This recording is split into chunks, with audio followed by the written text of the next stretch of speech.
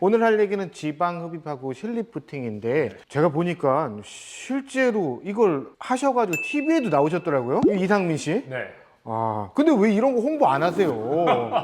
굳이 해야 될까라는 생각이 좀 들어서. 원장님은 홍보 안 하고 다른 사람들이 여기다가 숟가락을 엄청 얹고 있더라고요. 네, 그 내용 가지고 찍은 사람들이 많더라고요.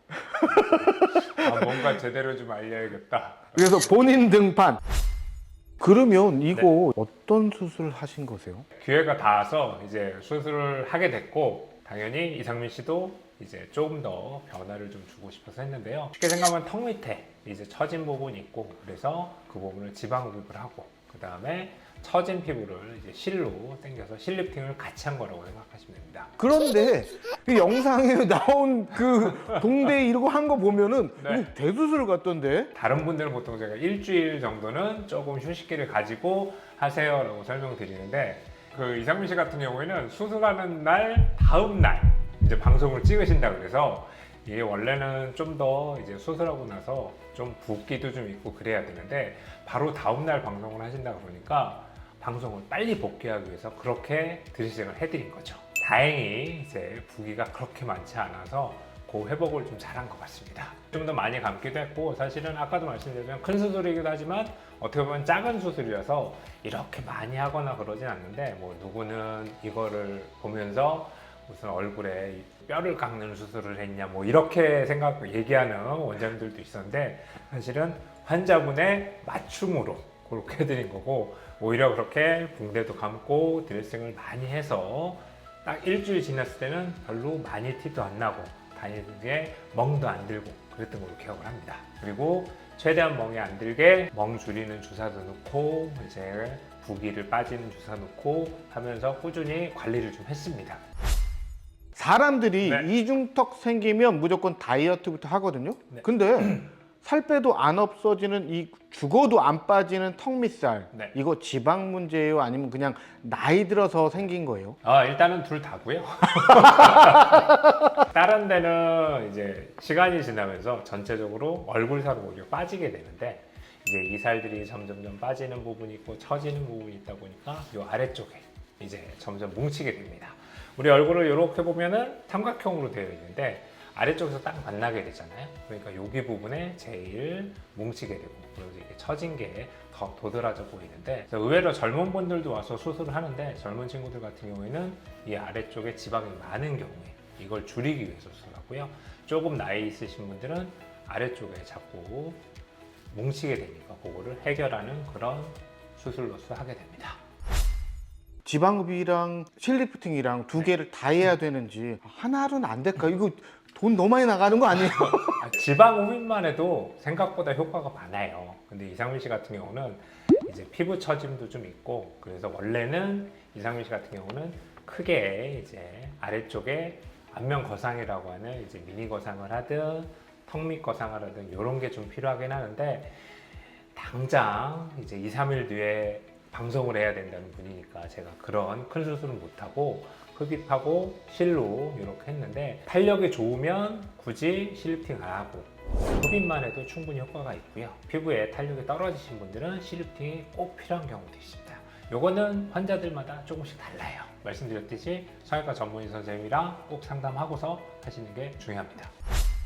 지방흡입 잘못하면 턱 밑이 바람 빠진 풍선처럼 쭈글쭈글해진다. 네. 이런 얘기했는데 네. 성형 수술하게 되면 꼭 이제 부작용이 쫓아오게 되는데, 사실 부작용은 일부러 만들려고 해도 쉽지 않습니다. 항상 설명드리지만 중요한 부분은 이 지방을 너무 욕심내서 빼버리면 그렇게 되고요. 항상 지방 흡입만 할 때는 이제 지방이 처지면서 이렇게 들어가게 되는데, 흉이 일정하게 생기는 게 중요한데, 이제 그거 관리를 제대로 안 하면 일부는 흉이 잘 붙고 일부는 그냥 늘어진 채로 있기 때문에 그렇게 울퉁불퉁해지는 경우가 있습니다. 그래서 저 같은 경우에는 수술 후에 한 달째부터 3달째까지는 흉 조직이 뭉치는 단계로 넘어갈 때, 이때 사실은 수술 후 관리를 좀 해줘야 돼요. 그래서 레이저를 통해서 이 흉 조직을 이렇게 붙여주는 관리가 꼭 들어가야 됩니다. 그거 너무 아픈 거 아니야? 라는 그런 겁먹은 분들도 되게 많던데 이 아픔 정도. 하나도 안 아파요. 이거는 사실은 아니고 살짝 뻐근한 듯한 느낌 정도. 그 정도 통증이 좀 있기 때문에 충분히 참을 수 있고 이제 들어갈 수 있는 수술이고. 이상민 씨는 방송 때문에 좀 더 빨리 좀 할 수 있도록 해주셨다고 그러는데 네. 일반인 같은 경우는 어느 정도 시간을 두고 수술을 하면 될까요? 네. 보통 일반인들 같은 경우에는 이제 좀 붓기 때문에 가급적 저는 이제 한 일주일 정도는 집에서 좀 쉬시는 게 좋습니다라고 설명드려요. 일반적으로는 이 붕대를 감는 거는 3, 4일 정도 3, 4일 있다가 붕대를 제거하고 그 다음부터는 이렇게 땡기미를 해서 나머지 관리를 좀 하고요. 일주일 뒤에 실밥을 제거하게 되는데 사실 실밥은 여기 이렇게 해서 1cm가 안 되는 부분에 한 바늘 정도 뽑습니다. 일주일 정도 있다가 실밥을 뽑고 그 다음에는 이렇게 땡기미를 낮에는 못하더라도 이제 밤에 와서는 꼭 이걸 하고 계세요 라는 형태로 해서 하게 되고, 큰 부기나 멍 같은 경우는 사실 일주일 정도면 거의 없어지기 때문에 그렇게 생각하시면 됩니다. 실리프팅만 하시는 분들도 있는데 처지기만 해서 그런 분들은 사실은 2, 3일 정도 뒤에 밖에 돌아다니시거나 크게 문제는 없습니다. 아, 실리프팅은 2, 3일 정도? 네, 지방흡입 들어가면 그럼 일주일 예상? 일주일 정도는 생각해 주시면 괜찮을 것 같습니다. 알겠습니다. 큰맘 먹고 돈 쓰고 아픈 거 참았는데 혹시 1년 뒤에 다시 투턱대거나 그러면 어떡하죠? 보통은 제가 설명을 드릴 때 10년 정도 후에는 다시 하세요라고 일반적인 수술할 때마다 설명을 드리는데, 턱 밑에 이제 무거워지고 지방이 뭉쳐 있는 경우에 처음부터 수술하세요 라고 얘기하진 않고요. 보통 윤곽 주사나 지방 녹이는 주사로 아래쪽을 최대한 녹이는 걸 먼저 합니다. 이러한 윤곽 주사나 지방을 녹이는 주사 같은 경우에는 쉽게 말해서 지방의 크기를 줄여주는 수술이고요. 지방흡입은 지방세포의 수를 줄여주는 거라고 생각하시면 됩니다. 그러면 10년이 지난 다음에는 네. 10년 동안 좀 유지 관리를 잘하면 또 재수술 없이 넘어가는 건가요? 아니면은 10년 후에 무조건 또 다 재수술이야 이건가요? 10년 정도 뒤에 오셨을 때 수술을 다시 하거나 뭔가 시술을 다시 해서 더 효과를 느낄 것 같다. 그럼 당연히 하자고 말씀드리는데, 10년 동안 유지하셨던 분들은 사실은 관리를 꾸준히 하셨던 분이기 때문에 그때 오셔도 잘 유지가 되고 있습니다. 그래서 좀 더 있다가 오세요 하는 경우도 꽤 많습니다.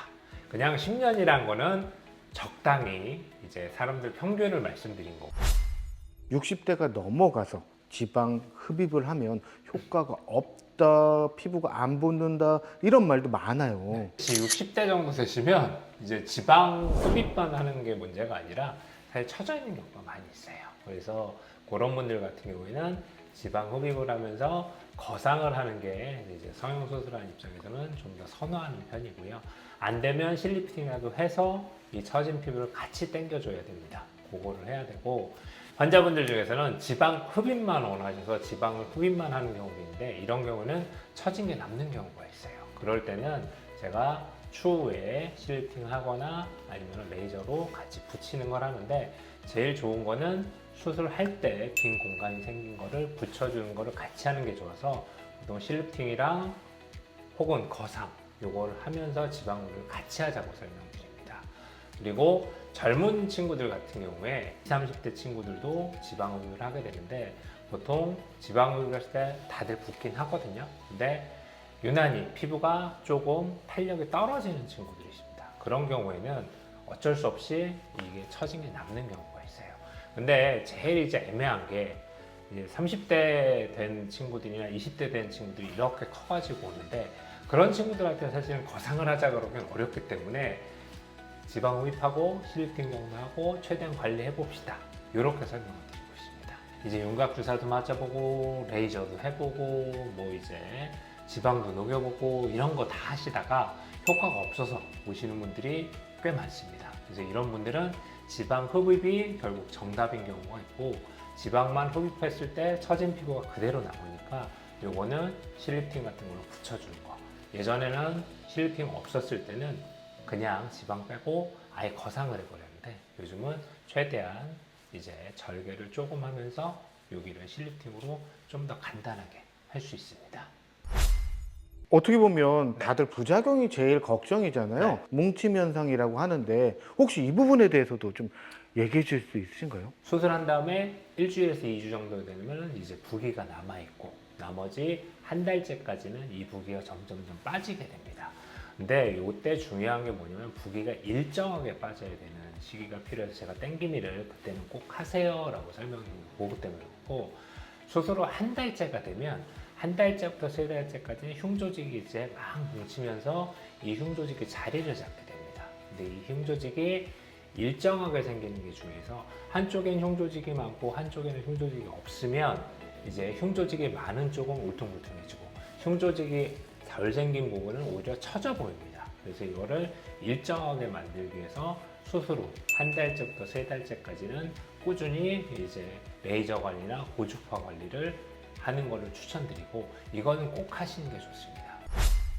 이상민 씨처럼 정말 대박 나서 멋지게 바뀐 사람도 있겠지만 이건 해봤자 좀 힘든데 라는 그런 사람도 혹시 있을까요? 나는 지방 흡입만 하고 싶어요 하시는 분들이 있고, 나는 실리프팅만 하고 싶어요 이렇게 생각을 하고 오시는 분이 많습니다. 근데 환자에 따라서 다 상태가 다르기 때문에 원장이랑 정확히 상담을 하고, 이분은 지방 흡입을 메인으로 들어가야 되느냐, 실리프팅을 메인으로 들어가야 되느냐, 요거를 꼭 성형외과 전문의한테 상담을 한 후에 이걸 해야 되고, 공장암 병원 같은 경우에는 모든 사람들의 수술이 똑같은데 이제 저 같은 경우는 그렇게는 하지 않고, 이분은 흡입을 좀 더 많이 해야 된다, 그리고 이분은 실리프팅이 좀 더 많이 필요하다, 요거를 상담을 하면서 결정을 하게 되고요.